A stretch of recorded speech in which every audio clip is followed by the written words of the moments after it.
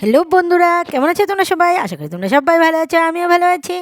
আর আগের ক্লিপ দেখে তোমরা বুঝেই গেলে যে আমি কোথাও যাচ্ছি আমি বাবার বাড়িতে। দেখছিলাম ওয়েদারটা কেমন আছে বাইরে। মোটামুটি ওয়েদারটা খারাপ না। যাচ্ছি বাবার বাড়িতে কারণ সেখানে আমার কাকার ঘরে নবমী পুজোর ঘট বসানো হয়। আর সেখানেই আমি যাচ্ছি, তাই সকালে ঘুম থেকে উঠে আমার কাজকর্মগুলো সেরে স্নান টান করে পুজো দিয়ে দিলাম। পুজো দেওয়ার পর যেহেতু আমার হাজব্যান্ড আজকে যাচ্ছে না আমাদের সাথে, তাই আমার হাজব্যান্ডের জন্য রান্নাবান্না করে রাখলাম। আর মেয়েদেরকেও সকালবেলা একটু খাইয়ে দিলাম। তারপর খেয়ে আমার দুই মেয়েকে নিয়ে আমি চলে গেলাম বাবার বাড়িতে। আর দেখতে পাচ্ছ 11:30 বেজেই গেছে। বিকেলে আবার এসে পড়বো, অনেকটাই দেরি হয়ে গেল। সংসারটা যদি ঠিক মতন করো তাহলে অনেক দায়িত্ব। কোথাও যেতে হলে পুজো দিতে হবে, রান্না করতে হবে, সব কিছু সেরেই তোমাকে ঘর থেকে বেরোতে হবে। তারপর যেতে যেতে বেজে গেলো 12টার প্রায় 10 হয়ে গেছে। আর গিয়ে দেখলাম পুজো প্রায় অর্ধেক হয়ে গেছে। যাই হোক, ভালো হয়েছে। পুজো হতে হতে অনেকটাই সময় লাগে, প্রায় 3:30 থেকে 4টা তো বেজেই যায় পুজো শেষ হতে। এখনও চণ্ডীপাঠ বাকি, যজ্ঞ হবে, তারপর ভোগ আরতি হবে।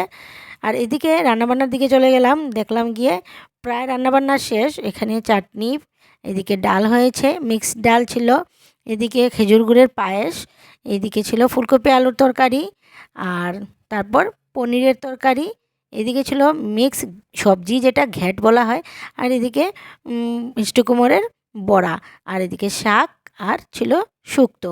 সবগুলো রান্নাবান্না হয়ে গেছে।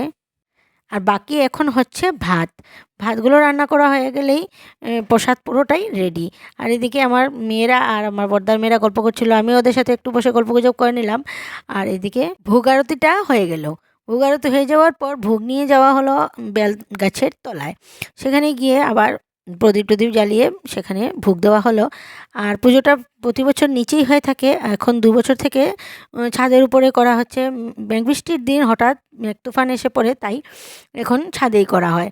আর সবাই অঞ্জলির জন্য ফুল টুল নিয়ে নিচ্ছে। অঞ্জলি হয়ে যাওয়ার পর আমরা চলে গেলাম প্রসাদের দিকে। আর এদিকে প্রসাদ মিশ্রিত করা হচ্ছিল। এমনি যদি আমরা ভাত দিয়ে তরকারি দিয়ে খাই তাহলে মনে হবে ভাত খেয়েছি, কিন্তু এভাবে মিশ্রিত প্রসাদের একটা তৃপ্তি আলাদা, মনে হয় যে প্রসাদ খেয়েছি। আর আমি তো খুবই বেশি ভালোবাসি এভাবে মিশ্রিত প্রসাদ।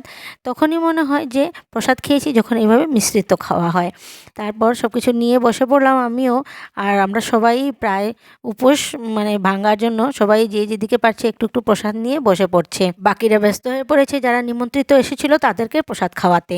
পুজো শেষ হতে বেজে গেছে 4টে।